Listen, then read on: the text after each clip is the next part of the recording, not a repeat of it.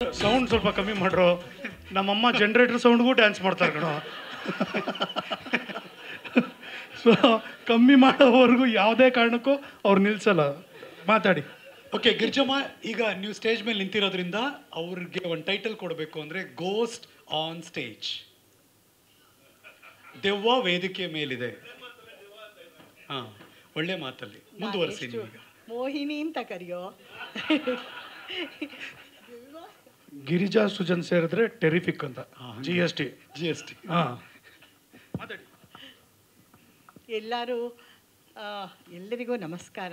ನನ್ನ ಮೊಮ್ಮಗ ಹೇಳ್ದಾಗೆ ಎಂದಿರೋ ಮಹಾನುಭಾವಲು అందరికీ ವಂದನములు. ಇಲ್ಲೆಲ್ಲ ಸೇರಿರೋರೆಲ್ಲರೂ ನನ್ನ ದೃಷ್ಟಿಯಲ್ಲಿ ಮಹಾನುಭಾವರೇ ಅವರವರ ಕ್ಷೇತ್ರದಲ್ಲಿ. ನನಗೆ ಹೆಚ್ಚು ಎಕ್ಸೈಟ್ ಆಗ್ತಾ ಇದೆ. ಯಾಕೆಂದರೆ ನನ್ನ ಮಗ ಮೊದಲನೇ ಬಾರಿಗೆ ನಿರ್ದೇಶನ ಮಾಡಿರೋದು. ಅವನ ಮಜಾ ಟಾಕೀಸ್ 600 ಎಪಿಸೋಡ್ ನೋಡಿದಾಗ ಏನು ಅವನಿಗೆ ಒಂಥರ ನೀರು ಕುಡ್ದ ಹಾಗೆ ಇದು ನಿರ್ದೇಶನ ಅಂತ ನಾನು ಅಂದ್ಕೊಂಡಿದ್ದೆ. ಅವನು ಕಥೆಯಲ್ಲಿ ಮಲ್ಕೊಂಡಿರುವಾಗ ಹೊಳದ ಕಥೆಯನ್ನು ಅದನ್ನು ಇವ್ರಿಗೆ ಹೇಳಿ, ನಮ್ಮ ಸಂದೇಶ್ ಅವ್ರಿಗೆ ಹೇಳಿ, ಅವ್ರ ತಂದೆಗೆ ಹೇಳಿ, ಅವ್ರು ನಾನು ಇದನ್ನು ನಿರ್ಮಾಣ ಮಾಡ್ತೀನಿ ಅಂತ ಮುಂದೆ ಬಂದು ಅವನ ಮೇಲೆ ನಂಬಿಕೆ ಇಟ್ಟು ನಿರ್ಮಾಣ ಮಾಡಿದ್ರಲ್ಲ, ಅದಕ್ಕೆ ಅವ್ರಿಗೆ ನಾನು ತುಂಬ ತುಂಬ ಧನ್ಯವಾದಗಳನ್ನು ಹೇಳೋದಕ್ಕೆ ಇಷ್ಟಪಡ್ತೀನಿ. ಆ ನಂಬಿಕೆಯನ್ನು ನನ್ನ ಮಗ ಉಳಿಸ್ಕೊಂಡಿದ್ದಾನೆ ಅಂತ ನೀವು ಟ್ರೈಲರ್ ನೋಡಿದಾಗ ನಿಮ್ಗೆ ಅನಿಸಿರ್ಬೋದು. ಬಹಳ ಖುಷಿ ಆಗ್ತಿದೆ. ತಾಯಿಯಾಗಿ ನನಗೆ ತುಂಬಾ ಹೆಮ್ಮೆ ಆಗ್ತಿದೆ. ನನ್ನ ಮಗ ಒಳ್ಳೆ ನಿರ್ದೇಶನ ಮಾಡಿದ್ದಾನೆ ಅಂತ ಬಹಳನೇ ಖುಷಿ ಆಗ್ತಿದೆ. ಅವನು ಎಷ್ಟರ ಮಟ್ಟಿಗೆ ಬೆಳಿಬೇಕು ಅಂದರೆ ಉಪೇಂದ್ರ ಸಾರ್ ಅವರಷ್ಟು ಮಟ್ಟಿಗೆ ಬೆಳಿಬೇಕು ನನ್ನ ಮಗ ನಿರ್ದೇಶಕನಾಗಿ. ನಾನು ಹೇಳ್ತಾ ಇರೋದು. ಮತ್ತು ಅವನು ಆ್ಯಕ್ಟ್ರ್ ಆಗಬೇಕು ಅಂತಂತಂದರೆ, ಒಳ್ಳೆ ಕಲಾವಿದ ಆಗಬೇಕು ಅಂದರೆ ಉಪೇಂದ್ರ ಸಾರ್ ಅಂತ ನಿರ್ದೇಶಕರು ಅವನಿಗೆ ಸಿಗಲಿ ಅಂತ ನಾನು ಅವನಿಗೆ ಆಶೀರ್ವಾದ ಮಾಡ್ತೀನಿ.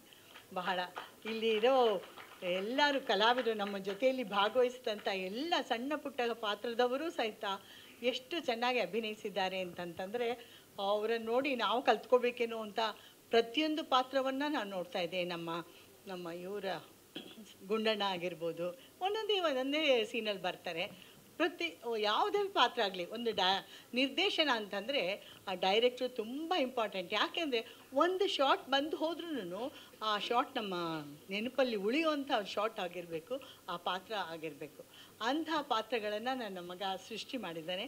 ಸೊ ಎಲ್ಲ ಕಲಾವಿದರಿಗೂ, ಇಲ್ಲಿ ಸೇರಿರೋ ಎಲ್ಲ ಕಲಾವಿದರಿಗೂ, ತಂತ್ರಜ್ಞರಿಗೂ, ಮತ್ತು ನಮಗೆ ಸಹಾಯ ಮಾಡಿದ ನಿರ್ಮಾಪಕರಿಗೂ, ಮತ್ತು ನಮ್ಮನ್ನೆಲ್ಲ ಸಹಿಸ್ಕೊಂಡ ಶೂಟಿಂಗ್ ಅಂದಮೇಲೆ ಹೆಚ್ಚು ಕಡಿಮೆ ಆಗೇ ಆಗುತ್ತೆ, ಅದನ್ನೆಲ್ಲ ಸಹಿಸ್ಕೊಂಡ ಎಲ್ಲ ನಮ್ಮ ಸದಸ್ಯರಿಗೂ, ಎಲ್ಲರಿಗೂ ಊಟ ಕೊಟ್ಟಂಥವ್ರಿಗೂ, ನಮ್ಮ ತಾಂತ್ರಿಕವರ್ಗೋದು, ನಮ್ಮ ಕ್ಯಾಮ್ರಾಮೆನ್ನು ಅವರು, ಅಯ್ಯಪ್ಪ ಅವರು ಎಷ್ಟು ಚೆನ್ನಾಗಿ ಕ್ಯಾಮ್ರಾ ವರ್ಕ್ ಮಾಡಿದ್ದಾರೆ, ಸುರೇಶ್ ಅವರು.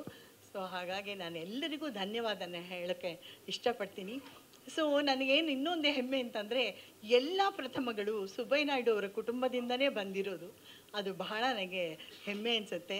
ಪ್ರಥಮ ನಾಯಕ ನಟ, ಪ್ರಥಮ ಹಿನ್ನೆಲೆ ಗಾಯನ ಮಾಡಿದ್ದು ಅವರ ಚಿತ್ರದಲ್ಲಿ, ಪ್ರಥಮ ಡಬ್ಬಿಂಗ್ ಆದದ್ದು ಸತ್ಯ ಹರಿಶ್ಚಂದ್ರ ನಮ್ಮ ಮಾವನವ್ರದ್ದು, ಮತ್ತು ಮೊದಲನೇ ಬಾರಿಗೆ ಹೆಚ್ಚು ಹಣ ತಗೊಂಡಿದ್ದು ಸಿನಿಮಾದಲ್ಲಿ ಲೋಕೇಶ್ ಅವರು. ಸೊ ಹೀಗಾಗಿ ಎಲ್ಲ ಪ್ರಥಮಗಳು ನಮ್ಮ ಕುಟುಂಬದಿಂದ, 4ನೇ ತಲೆಮಾರು ಕೂಡ ನಮ್ಮ ಕುಟುಂಬದಿಂದ ಬಂದಿರೋದಕ್ಕೆ ನನಗೆ ತುಂಬಾ ಹೆಮ್ಮೆ. ಈ ಕುಟುಂಬದಲ್ಲಿ ನಾನು ಒಬ್ಬಳಾಗಿ ಸೇರಿಕೊಂಡಿದ್ದು, ಅವರ ಜೊತೆಯಲ್ಲಿ ಅವ್ರಿಗಿಂತ ಏನು ಕಡಿಮೆ ಇಲ್ಲ. ನಾನು ತುಂಬ ಮತ್ತು ಇನ್ನೊಂದು ಹೇಳಬೇಕು ಅಂತಂದರೆ, ಇದು ಬರೀ ಕಾಮಿಡಿ ಸಿನಿಮಾ ಮಾತ್ರ ಅಲ್ಲ, ಇದರಲ್ಲಿ ಏನದು ತಾಯಿಯ ಸೆಂಟಿಮೆಂಟ್ ಕೂಡ ಇದೆ.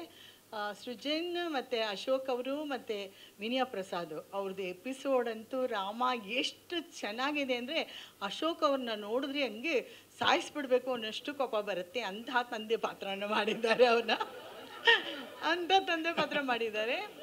ಮತ್ತು ವಿನಯ ಪ್ರಸಾದ್ ಅವರು ಅವ್ರು ಎಷ್ಟು ಚೆನ್ನಾಗಿ ಆ ಅಮ್ಮನ ಪಾತ್ರ, ಆ ಮಗನ ವಹಿಸ್ಕೊಳ್ಳೋದು, ಯಾವ ತಾಯಿನೂ ಆ ಥರ ಮಾಡೋಕ್ಕೆ ಸಾಧ್ಯನೇ ಇಲ್ಲ. ಆ ಥರ ಅವ್ರಿಗೆ ಆ ಥರ ಇಮ್ಯಾಜಿನೇಷನು ಅಥವಾ ನಿರ್ದೇಶನ ಅದು ಹೇಗೆ ಮಾಡೋಕ್ಕೆ ಸಾಧ್ಯ ಆಯಿತು? ನಾವೆಲ್ಲ ಅಂದರೆ ಅಯ್ಯೋ ಹೊಡಿಬೇಡ್ರಿ, ಮಾಡಬೇಡ್ರಿ ನನ್ನ ಮಗನ ಹಾಗೆ ಹೀಗೆ ಅಂತಂತೀವಿ.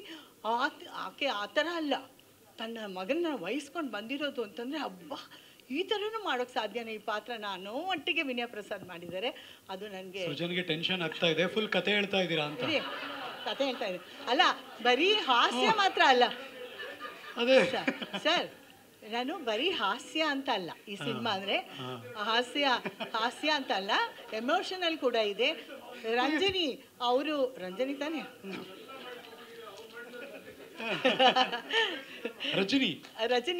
ರಜನಿ ಅವರು ಸರ್, ಅವರು ಹೀರೋಯಿನ್ ಆಗಿ ಎಷ್ಟು ಚೆನ್ನಾಗಿ ಅವರು ಆ್ಯಕ್ಟ್ ಮಾಡಿದ್ದಾರೆ.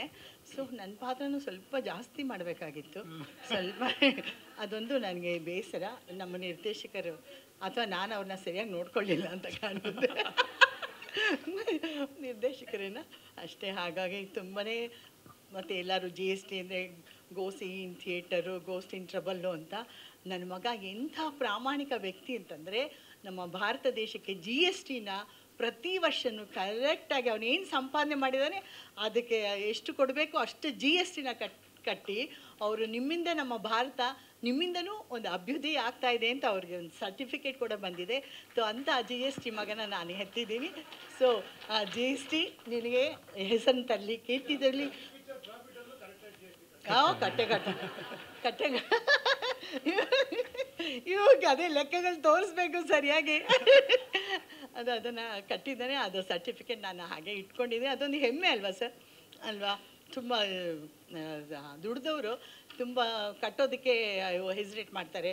ಆ ಲೆಕ್ಕ ಎಲ್ಲ ಅಕೌಂಟೆಂಟ್ಗೆ ಹೇಳಿ, ಅವ್ರಿಗೆ ಹೇಳಿ ಏನಾದರೂ ಮಾಡಿಸ್ತಾರೆ. ಅದೇ ಹೌದು, ಅವನು ಹೇಳ್ತಾನೆ ಸರ್, ಅದೇ ಏನು ಸಂಪಾದನೆ ಮಾಡಿದಾನೋ ಅದಕ್ಕೆ ಸರ್ಟಿಫಿಕೇಟ್ ಬಂದಿದೆ ಸರ್. ಸೊ ಇಂಡಿಯಾ ಕೊಟ್ಟೋ ಸರ್ಟಿಫಿಕೇಟ್, ಅದು ಲಾಸ್ಟ್ ಇಯರೇ ಬಂತವ್ರೆ ಒಂದು ಸರ್ಟಿಫಿಕೇಟ್. ಹಾಗೆ ಸೊ ಆ ಥರ ಒಂದು ಇದೇ ಪ್ರಾಮಾಣಿಕತನ ಕೊನೆಯವರೆಗೂ ಇರಲಿ ನಿನಗೆ ಅಂತ ಹೇಳಿ ನಾನು ಆಶೀರ್ವಾದ ಮಾಡ್ತೀನಿ. ನೀವೆಲ್ಲ ಈ ಕಾರ್ಯಕ್ರಮಕ್ಕೆ ಹೇಗೆ ಬಂದಿದ್ದೀರೋ ಮುಂದೆನೂ ಹಾಗೆ ಸಿನಿಮಾನೂ ಗೆಲ್ಲಿಸಿ ಅಂತ ನಾನು ನಿಮ್ಮಲ್ಲಿ ಕೇಳ್ಕೊತೀನಿ. ಯಾವುದು ಅವನೊಂದು ದೆವ್ವ, ನನ್ನ ಮೊಮ್ಮಗ, ಅವನು ದೆವ್ವ ಸರ್. ಅವನು ಡಬ್ಬಿಂಗ್ ಸರ್, ಅವನು ನಾವೆಲ್ಲ ಡಬ್ಬಿಂಗ್ ಅಂದರೆ ಇವಾಗಲೂ ಹೆದರ್ಕೋತೀವಿ. ಅಲ್ಲಿ ಪಾತ್ರ ಮಾಡಬೇಕಾದ್ರೆ ನಮ್ಮದು ಎಮೋಷನ್ ಎಲ್ಲ ಬಂದ್ಬಿಡುತ್ತೆ.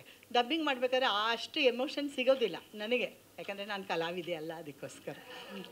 ಸೊ ಅವನು ಒಂದೇ ಟೇಕು ಒಂದೇ ದಿನಕ್ಕೆ ಮುಗಿಸೇ ಬಿಟ್ಟ ಅವನು. ನಾನು ಹೋಗಿ ಅಯ್ಯೋ ಅಲ್ಲಿ ಇಟ್ಕೊಂಡಿದ್ದೇನೋ ಡಬ್ಬಿಂಗ್ ಇದೆಯಾ ಅಂತ ಹೆದರ್ಕೋತೀನಿ. ಇನ್ನೂ ಆ ಮಗು ಹೋಗಿ ಒಂದೇ ದಿನಕ್ಕೆ ಡಬ್ಬಿಂಗ್ ಎಲ್ಲ ಮಾಡಿ ಮುಗಿಸ್ಬಿಟ್ಟಿದೆ. ಸೊ ಅದೆಲ್ಲನೂ ಹೆಮ್ಮೆ ಇದೆ ನನಗೆ. ಓಕೆ, ಗೆಲುವು ಸೋಲು ಎಲ್ಲ ಇದರಲ್ಲಿ ಎಲ್ಲ ಫೀಲ್ಡಲ್ಲೂ ಇರೋದೆ. ಆ ಭಗವಂತ ಏನು ನಡೆಸ್ತಾನೋ, ನಿಮ್ಮ ಆಶೀರ್ವಾದ, ನಿಮ್ಮ ಹಾರೈಕೆ ಎಷ್ಟು ಫಲಿಸುತ್ತೆ ಅಂತ ಈ ಕಾರ್ಯಕ್ರಮಕ್ಕೆ ಬಂದು ನಮ್ಮನ್ನೆಲ್ಲ ಆಶೀರ್ವಾದ ಮಾಡಿದ ನಿಮ್ಮೆಲ್ಲರಿಗೂ ಧನ್ಯವಾದ. ನನ್ನ ಮಗಳು ಎಲ್ಲರಿಗೂ ಕಾಸ್ಟ್ಯೂಮ್ ನಮಗೆಲ್ಲ ಹರಿದೋಗಿರೋ ಬಟ್ಟೆ ತಂದ್ಕೊಟ್ಟಿದ್ದಾನೆ. ಕಾಸ್ಟ್ಯೂಮ್ ಅವಳಿಗೂ ನಾನು ಧನ್ಯವಾದನ ಹೇಳೋದಕ್ಕೆ ನಾನು ಇಷ್ಟಪಡ್ತೀನಿ. ಪತ್ರಕರ್ತರು ಎಲ್ಲರೂ ನಮ್ಮ ಸ್ನೇಹಿತರೆ, ನಮ್ಮ ಕುಟುಂಬದವರೇ, ಪ್ರತಿಯೊಬ್ಬರು ನನ್ನ ಕುಟುಂಬದವರೇ. ಸೊ ಅವ್ರು ಬೇರೆ ಇವ್ರು ಬೇರೆ ಅಂತ ಇಲ್ಲ.